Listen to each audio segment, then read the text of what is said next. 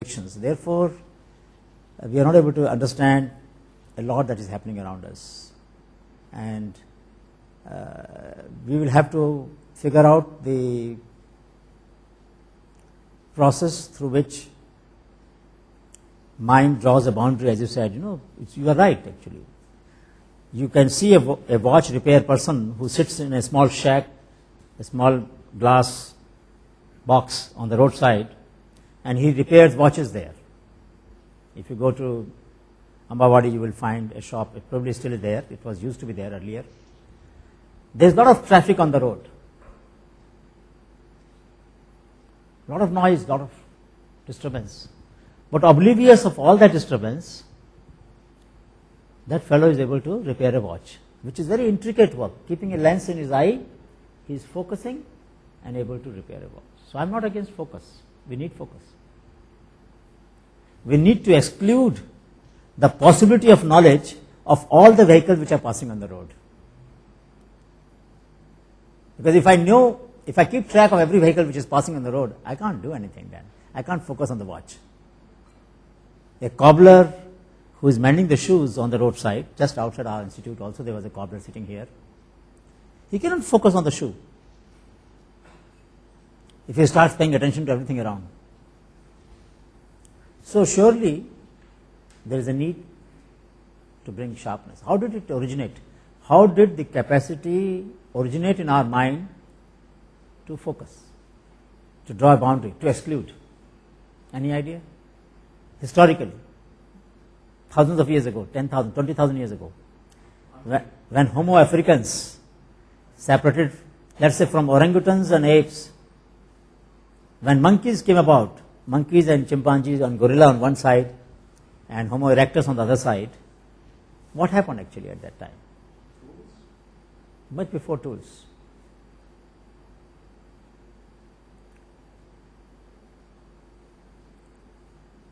What was the first point at which it happened? Because we need to understand the root of how the boundaries are drawn.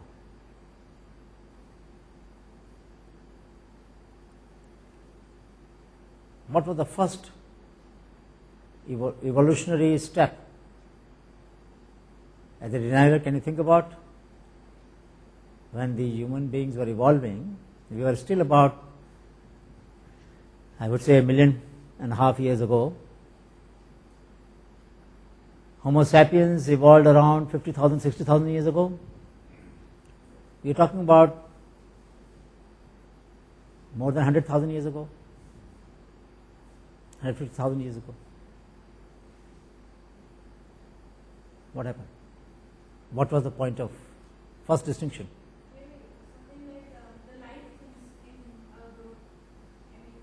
No, groups came about much later. They were clusters. They were surely, even the birds have groups. So group is not a new development. Group is not post-human development. That is much later, sir. Much later. Much later. Can you think of a body part? Huh? That also much later. The thumb. This separation,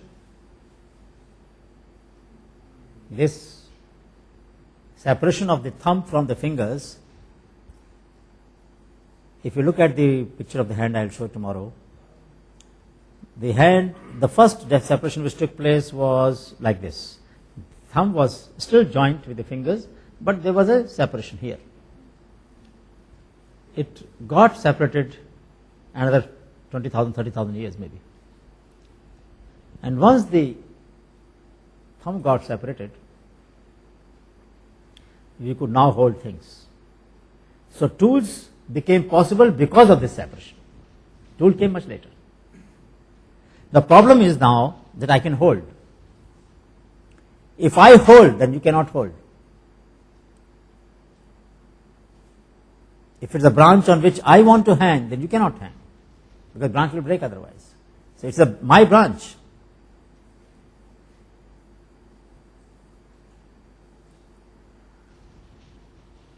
If I am shaping a stone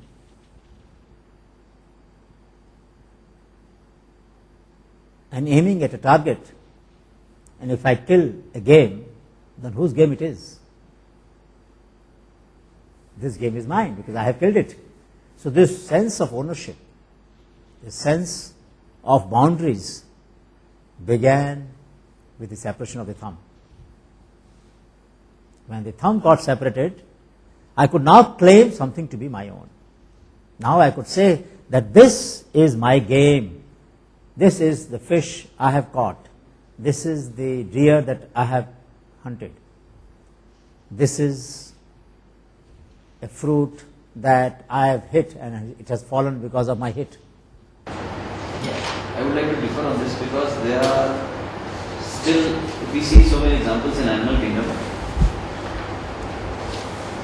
Like you gave example of killing a game.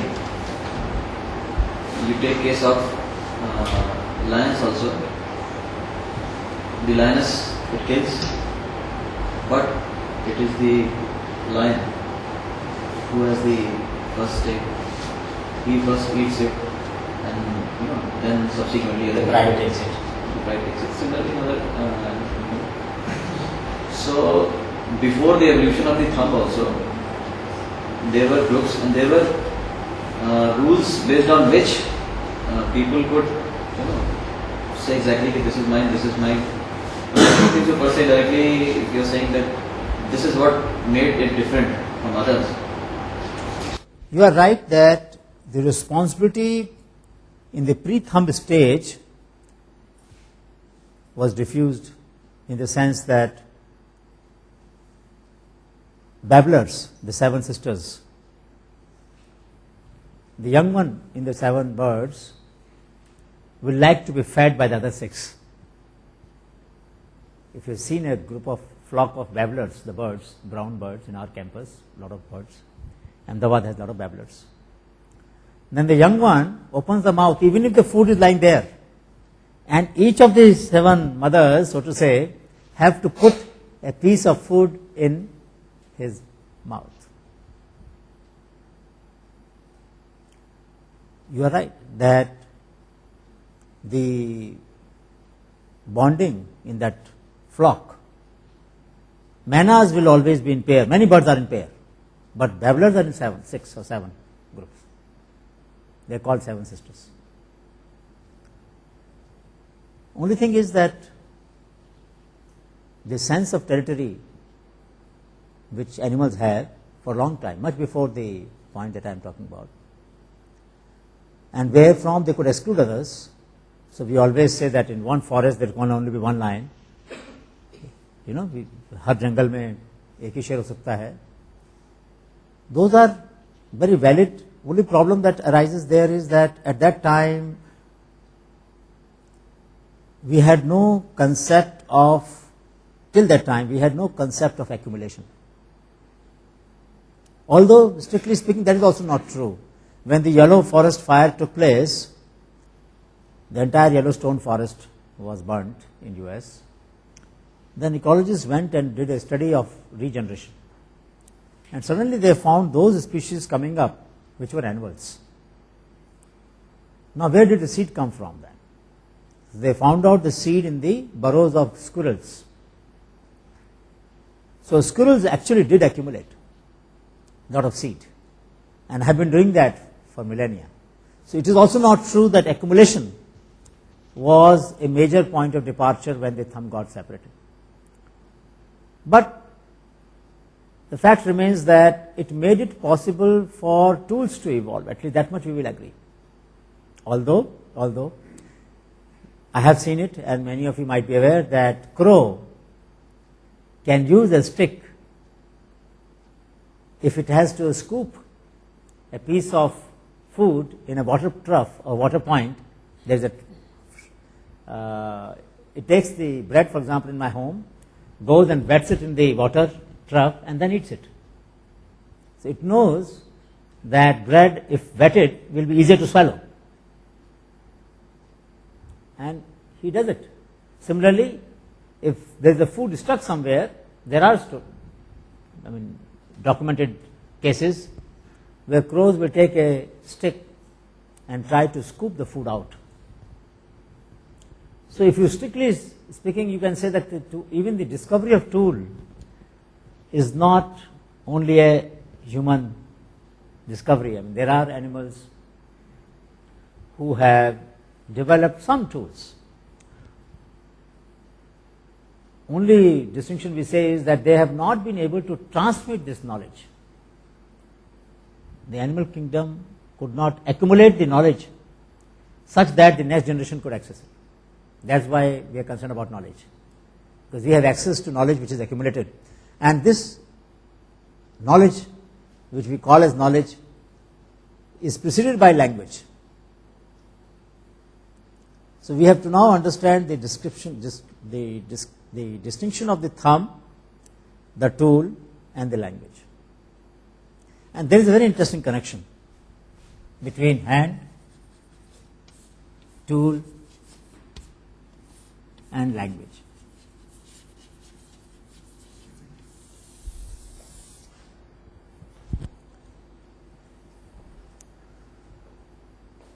Hand, of course, helped me to hold. Hand helps me to twist. So once I use my thumb and I can twist it. So the number of a variety of actions that hand can do is far more than any other organ can do. Now I want to bring, before we go to the language, you must understand that the gender differentiation you mentioned about lioness and lion. How did the gender differentiation start taking place in the hominids? And what are the roots of the way we say women think differently than men? Which is true. Which is true. Right? But what is the source of that difference? So, if I ask you to draw a figure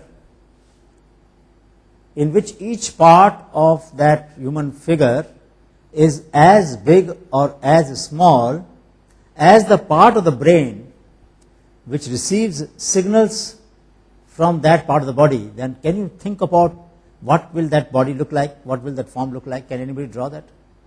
You understand the question? You have to make just a caricature, a cartoon of a human body.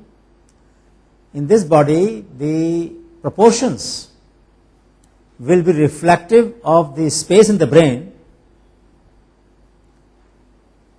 allocated to receive and process signals from that part of the body.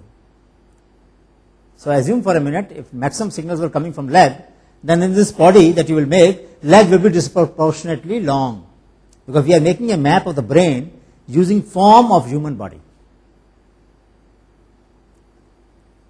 Can somebody draw the figure? Can you try? You understood the question? So just draw a figure. Try it. You can also try. And think about which part will be what, how big. Somebody can use that side. You can draw on that side. Anybody, you can also come. Anybody can come and draw.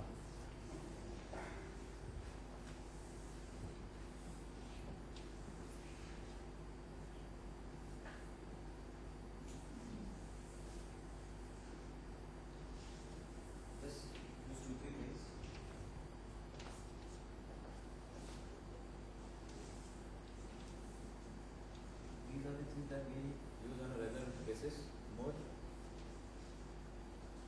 We use the biggest part less and the smaller part more. So if we consider proportion, corresponding space in the brain should have been.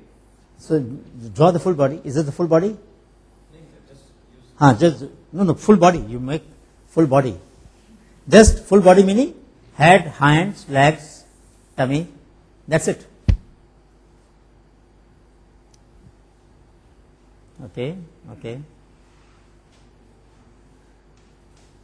All right. Okay. No, doesn't matter. That's all right. Our idea is to get the proportions.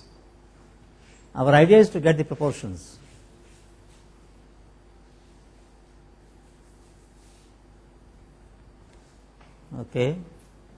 Anybody else?